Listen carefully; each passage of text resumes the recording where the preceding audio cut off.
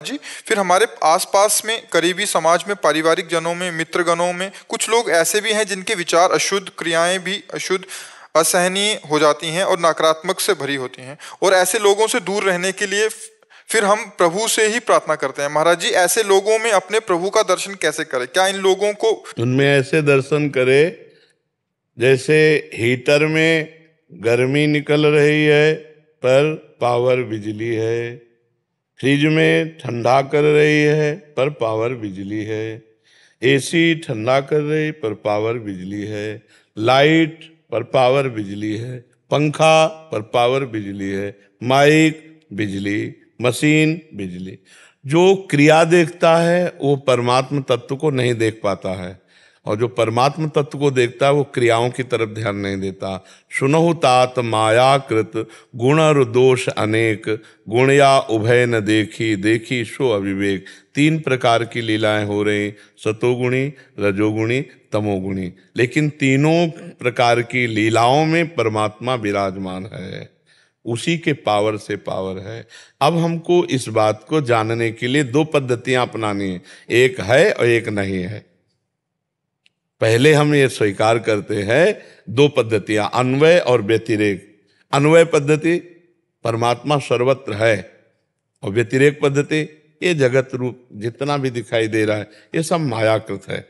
ब्रह्म सत्यम जगन मिथ्या, उमा कहूं मैं अनुभवपना, सत हरि भजन जगत सब सपना। ये स्वप्न के समान जगत मिथ्या है, और भगवान का आश्रय, भगवान का नाम जप, और जो भगवान का भजन करते हैं उनका संग, अब और सब हटा दिया। आज उनका संग करते करते करते करते हमारे अंतःकरण का त्रिगुणात्मक मायामल शांत हुआ, तो हमारी दृष्टि बदली, हमारी दृष्टि बदली। जे ही हमारी दृष्टि बदली तो एक क्रूरापि पापिनो न च सताम संभाष्य दृश्याश्चये सर्वान वस्तुतया निरीक्ष परम स्वाराध्य बुद्धिर्मम। जो क्रूर है, पापी है, नीच है, संतों के संभाषण करने योग्य भी नहीं, वो भी साक्षात प्रभु ही है, ऐसा दर्शन होने लगा। जड़ चेतन जग जीव जत सकल राम मैं जान, मानी नहीं कह रहे, जान। वो जान गए, सब में दिखाई दे रहा है। पर्दा हमें दिखाई दे रहा है, और पर्दे में जो रोल हो रहा है वो हमें दिखाई दे रहा है, लेकिन पर्दे के पीछे जो पावर पड़ रहा है वहां हमारी दृष्टि नहीं जा रही, इसलिए हम पर्दे में ही फंस गए। एक से राग, एक से द्वेष कर लिया, एक से अपना, एक से पराया, एक से अच्छा, एक से बुरा। और अगर हम पर्दे के पीछे देखें तो सब एक ही है। देखो,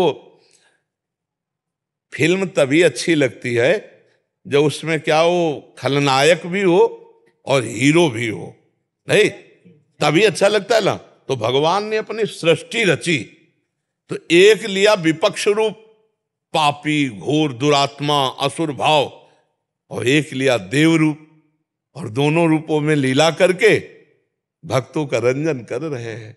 वही है हमारी दृष्टि में, उनके सिवा कोई नहीं। जगन नाटक वैभवा, जगन नाटक में वो अपने आप को प्रकाशित कर रहे हैं, 2 पक्ष करके वही खेल रहे। बुरे से बुरे आदमी में संपूर्ण रूप से भगवान विराजमान है, और अच्छे से अच्छे आदमी रूप में वही भगवान विराजमान है, दूसरा कोई है ही नहीं। जैसे देखो, कभी कभी नाटकों में देखते हैं कि जो आदमी बहुत अच्छा रोल करता है वही विलेन कहते हैं, विलेन, विलेन, हाँ, खलनायक, हाँ हिंदी बात, अपन अंग्रेजी हमें आती नहीं। तो खलनायक का जब तो बोले बड़ा बढ़िया अभिनय कर लेता है, तो मायाधीश भगवान बड़ा बढ़िया अभिनय करते हैं। वो जितना आप देख रहे हो, सृष्टि का सृजन, पालन और लय, तीनों रोल वही अपने आप में कर रहे हैं, दूसरा कोई नहीं है। अब ये बात बिना भजन के नहीं समझ में आएगी। जब तक भजन नहीं करोगे तब तक ऐसे कैसे सब में परमात्मा दिखाए। भगवान गीता जी में कहते हैं, बहुनाम जन्मनावन्ते ज्ञानवान माम प्रपद्यते वासुदेवा सर्वमित सा महात्मा सुदुर्लभा। जो सर्वत्र भगवान का दर्शन करता है ऐसा महापुरुष तो दुर्लभ है। तो हम भगवान के भजन के प्रताप से ये बात देख पाएंगे। तो खूब नाम जप करें, अगर नाम जप नहीं करेंगे तो बातों से तो नहीं देख पाएंगे। और भगवान की कृपा से ये बात जानी जाती है, ध्यान रखना, सोई जाने जे देव जनाई, और जानत तुम्हें हो। भगवान जना देते, देखो मैं बैठा हूं, मैं बैठा हूं। भगवान को जनाने का जो एक इशारा है, वो भक्त जानने लगता है, अच्छा मेरे प्रभु इस रूप में, मेरे प्रभु इस रूप में, सब में प्रभु देख। और अगर वो ना जनाना चाहे तो चाहे जितना बड़ा कोई ज्ञानी हो, जान नहीं सकता। एक बार क्या हुआ कि नामदेव जी महाराज कुत्ते में भी भगवान को देख लिए, भूत में भी भगवान को देख लिए। तो विट्ठल भगवान से एक दिन विनोद में कहा, प्रभु अब चाहे जहां आप छुप के दिखा लो, हम आपको पहचान लेंगे। तो भगवान मुस्कुरा दिए, कुछ कहा नहीं। अब वो वहां बैठ के भजन करने लगे मंदिर में, तो लगा यहां बड़ी भीड़ है, पीछे भजन करते हैं। पीछे भजन करने गए तो 10-20 लड़के खेलते हुए आ गए। बोले यहां से चलते हैं, नदी के किनारे भजन करते।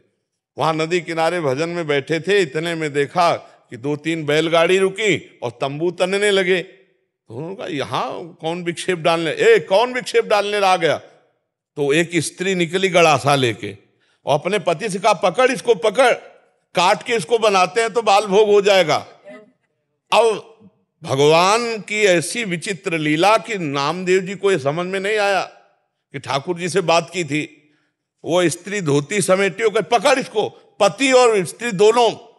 अब नामदेव जी भागे अपने धोती पकड़ के, और मंदिर में जब जाके पहुंचे तब ऐसे, तो उनका क्या हो गया? प्रभु ने बात करते थे विट्ठल भगवान, बोले क्या हो गया? बोले जय जय, आज अगर भाग के नहीं आते तो काट देते वो पति पत्नी। तो बोले कौन? बोले अब ये तो नहीं जानते थे। बोले हम ही तो थे हम ही और रुक्मिणी जी थे। तुम कह के गए थे हमसे कि अब किसी भी रूप में आओ हम पहचान लेंगे, तो हम ही और रुक्मिणी जी थे, कहां पहचान पाए?